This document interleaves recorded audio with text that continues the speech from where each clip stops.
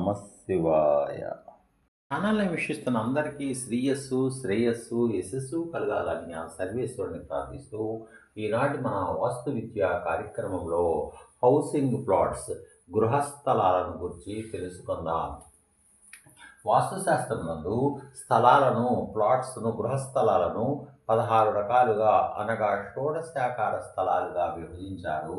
అందులో ప్రధానమైనవి దీర్ఘచతురస్రాకార స్థలాలు, చతురస్రాకార స్థలాలు.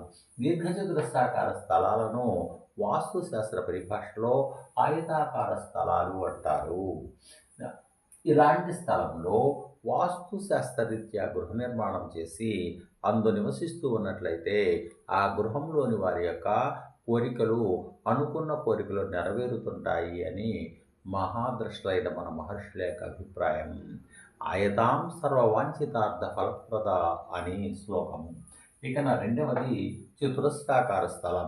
ఇలాంటి చతురస్రాకార స్థలంలో వాస్తు శాస్త్రరీత్యా గృహ నిర్మాణం చేసి అందు నివసిస్తూ ఉన్నట్లయితే ఆ గృహంలో స్థిరమైనటువంటి ఆదాయం ఉంటుంది అని, ఆ ధనము నిరంతరము అభివృద్ధి చెందుతూ ఉంటుందని, దానితో పాటు సర్వ సౌభాగ్యాలు వారికి వనగూరుతుంటాయని మన మహర్షుల యొక్క అభిప్రాయం. లక్ష్మీ చాంచల్యరహిత చతురశ్రే ధనాగమ అని మన మహర్షుల యొక్క అభిప్రాయం. అనగా ఈ రెండు స్థలాలలో ఈ విధంగా చెప్పారు.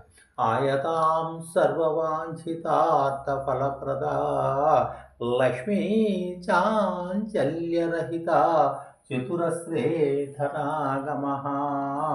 అనగా ఈ దీర్ఘచతురస్రాకార స్థలాలను లేదా చతురస్రాకార స్థలాలను మాత్రమే గృహాలకు వినియోగించుకోవడం చాలా మంచిదని మన వాస్తుశాస్త్ర యొక్క అభిప్రాయము.